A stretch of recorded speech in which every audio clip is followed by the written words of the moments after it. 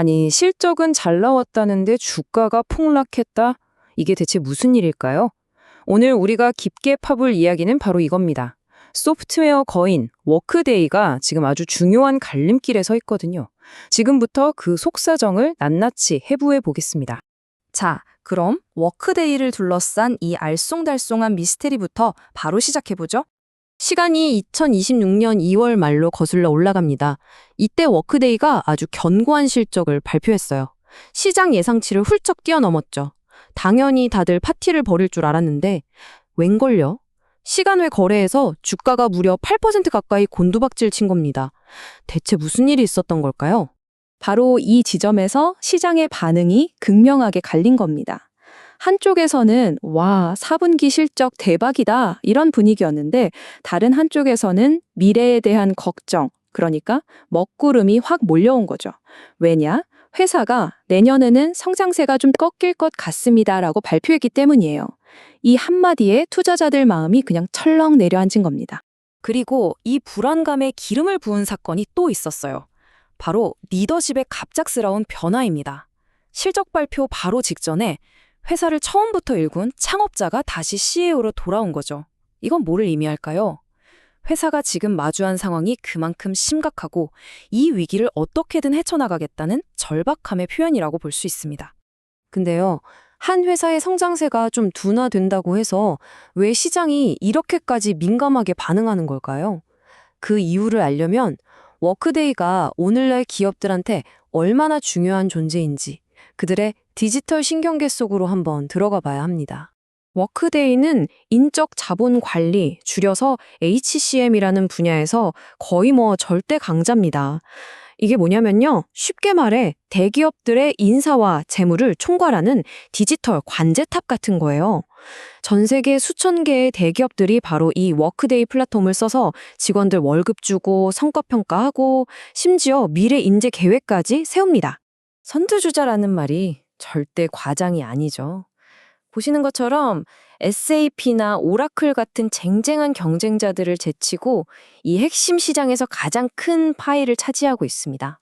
그 영향력이 어느 정도냐면요. 포춘 500대 기업, 그러니까 세계에서 제일 잘 나가는 기업들의 65% 이상이 워크데이에 의존하고 있다는 사실. 한번 쓰기 시작하면 다른 걸로 바꾸기가 정말 어렵거든요. 바로 이 거대하고 끈끈한 고객층이 워크데이의 가장 큰 힘의 원천인 셈입니다. 자, 정리해보면 상황은 이렇습니다. 시장을 지배하고는 있는데 성장은 느려지고 있다. 여기서부터 미래에 대한 두 가지 아주 다른 시나리오가 펼쳐지게 됩니다. 먼저 비관적인 시나리오, 그러니까 베어 케이스부터 볼까요? 이쪽 주장은 간단해요. 워크데이는 이제 전성기가 지났다. 시장은 꽉 찼고 예전 같은 폭발적인 성장은 이제 끝났다는 거죠. 그냥 완만하게 굴러가는 거대한 소프트웨어 회사일 뿐이라는 겁니다. 하지만 반대편에서는 훨씬 희망적인 이야기, 즉 불케이스를 이야기합니다. 이들은 지금의 성장 둔화가 끝이 아니라 새로운 시작을 위한 변태 과정이라고 봐요.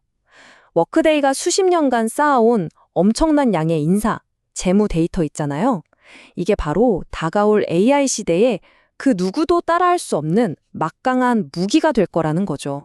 CEO인 아닐 부스리도 이 데이터를 해자에 비유합니다. 옛날에 성을 지키던 그 해자처럼 경쟁자들이 감히 넘볼 수 없는 강력한 방어막이자 경쟁 우위라는 뜻이죠. 하지만 기업이 이렇게 낙관적인 얘기를 하는 동안 현실에서는 또 다른 목소리가 나옵니다.